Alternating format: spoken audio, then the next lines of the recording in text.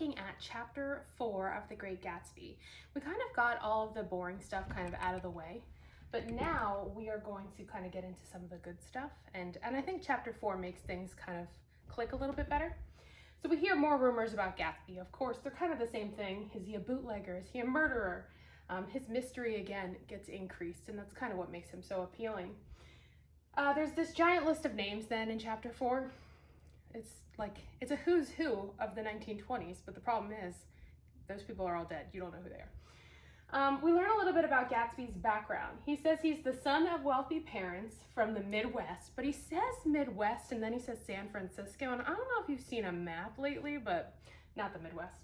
He says he's an Oxford graduate, so England, that he was a jewel collector in Europe, that he's a war hero, and at one point he literally pulls out a medal, which is weird. Why would you carry that with you and then have it ready? The cops show up because he's speeding. He's in this fancy car and he can. And he gives the officer a little card. And the officer says, "Oh my gosh, I'm so sorry. Have a nice day." And that kind of makes us go, what? What is that card? And how does he kind of have license to get away with crimes? So he's kind of above the law, and I think that's telling. We meet Meyer Wolfsheim. Dude is weird. He's apparently fixed the 1919 World Series, so he basically helped a team throw it so that somebody could cheat and get money. He makes Nick suspect that Gatsby is indeed into organized crime.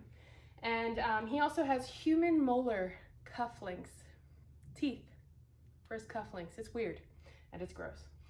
So we have this weird kind of, as Gatsby and Nick are leaving, Tom's coming in and they kind of have an exchange, and it's kind of weird. Gatsby seems embarrassed.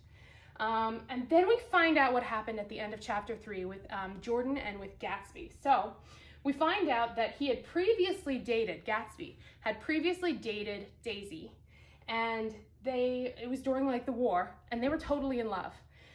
She wanted to leave and get married with him, and the family was like, nah. And so they didn't. And she ended up just a year later meeting and marrying Tom for money. So Daisy wanted to marry Gatsby, but he didn't have any money, and the family really didn't support that kind of anything. And Daisy kind of preferred money also because she didn't wait for Gatsby. So that's why Gatsby is still in love with her. That's why he has the mansion across the sound from her house. That's why he's out there looking at the green light. The green light is at the end of her dock. He's kind of reaching out longingly for her. That's why he has the giant parties. A lot of you asked in your journals, why is he having these parties that he's really not engaged with? And that's why. He is trying to impress Daisy. He's trying to get his name out there, and he's hoping that one day she just walks right in.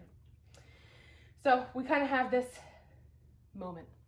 And then we have literality, which is that Gatsby wants to set up a date with Daisy at Nick's house for tea so that he can finally kind of make that crossover into seeing her and talking to her. So that was chapter 4.